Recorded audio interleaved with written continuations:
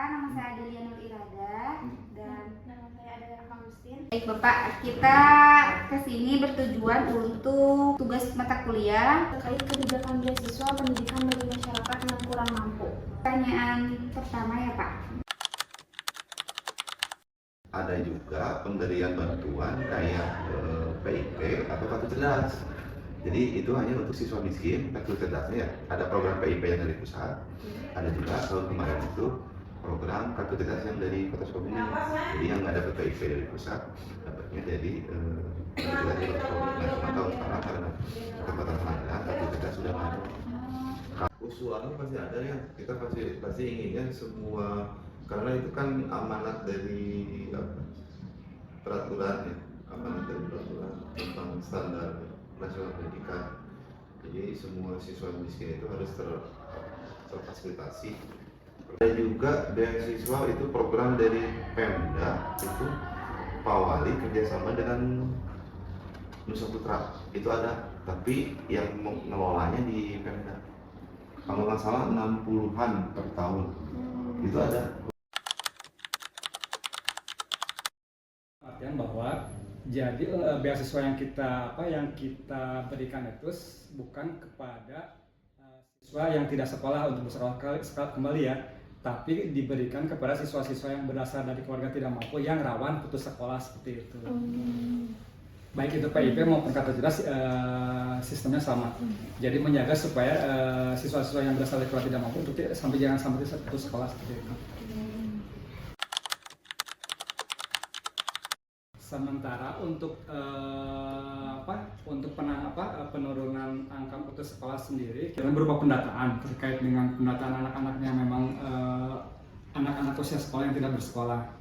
Jadi di tahun terakhir itu di tahun 2023 itu kita terdata sekitar ada 662 kalau nggak salah.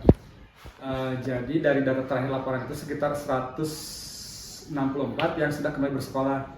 Jadi itu tidak didanai, tidak berbasis anggaran ya dari APBD, tapi memang karena sistemnya kan kita diarahkan untuk kembali bersekolah ke sekolah-sekolah non formal, ke paket A, paket B, paket C. Karena memang pada prinsipnya kan untuk sekolah itu kan sekarang kan udah gratis kalau dalamnya.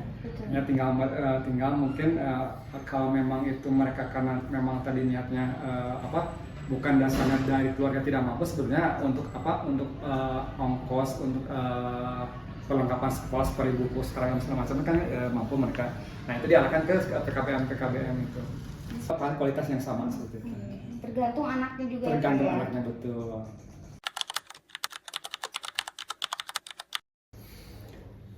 Untuk yang sudah kita laksanakan mungkin yang bersumber dari APBD ya, yaitu di kartu cerdas. Kita kan di situ kan biayanya programnya kartu cerdas.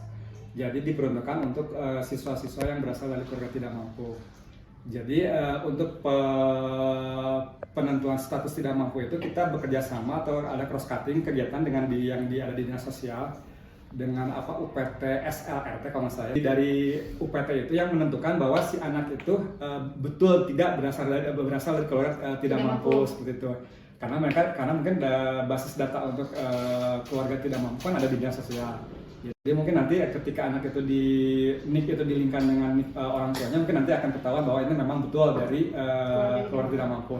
Dan itu dibuktikan dengan surat keterangan tidak mampu dari UPT SLRT itu. Jadi kita mungkin insya Allah terkait dengan apakah nanti itu si bantuan itu akan tepat sasaran, harusnya dengan porsi seperti itu akan tepat sasaran. Terus juga selain itu dibuktikan dengan surat keterangan tidak mampu dari UPT SLRT itu, kita melakukan home visit ke rumah-rumah si anak yang akan diajukan oleh sekolah untuk menerima bantuan kartu cerdas tersebut. Terima kasih atas pertanyaannya. Yang pertama bahwa saya sebagai seorang pegawai dan sebagai seorang karyawan di sini perlu mengamankan kebijakan pimpinan tentang MBG, kan begitu ya? MBG merupakan program yang sudah dijanjikan oleh Presiden Republik Indonesia, kan begitu. Jadi beliau akan tetap melaksanakan, kan begitu. Ketika beliau melaksanakan, maka kami akan mendukung program beliau, itu satu ya. Lalu di sisi lain saat ini menurut saya bahwa MBG itu salahnya di mana? Jeleknya di mana? Gitu ya. Jeleknya di mana atau salahnya di mana? Kan tidak ada menurut saya. Anak-anak kita bisa makan bergizi gratis dan lain sebagainya. Dan programnya sudah bagus menurut saya dan perlu didukung menurut saya.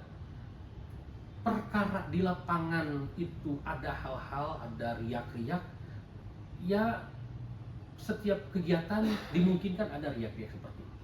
Nah, contoh misalnya adik-adik mahasiswa menyelenggarakan sebuah kegiatan A, B, C, apakah semuanya pro? Belum tentu juga kan, pasti ada yang kontranya. Itu kan lumrah ya, di sebuah negara yang demokrasi lumrah menurut saya seperti itu, benar ya?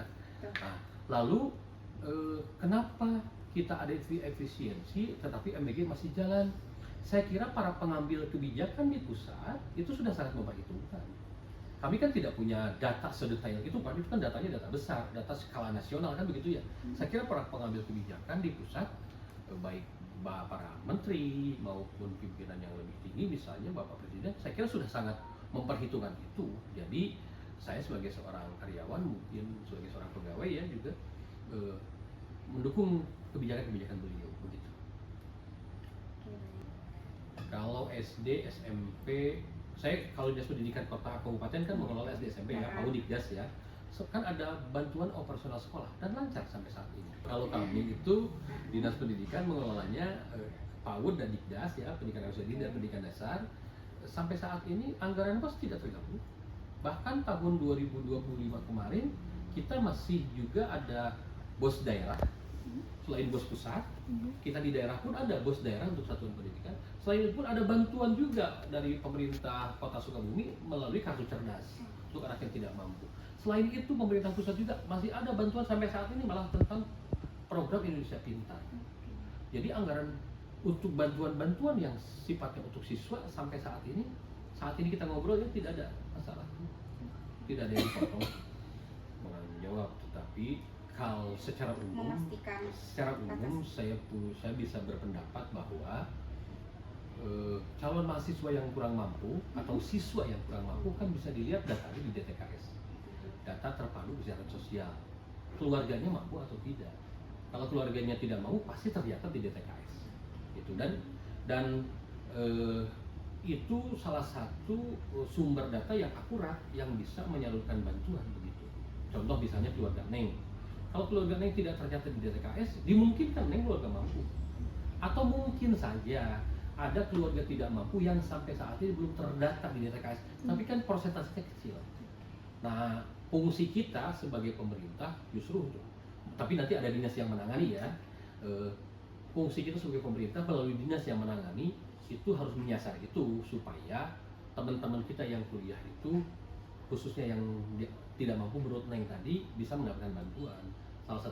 Salah satu sumber datanya adalah di DTKS. Jadi kementerian yang menangani nanti dimungkinkan akan melihat DTKS. Ya.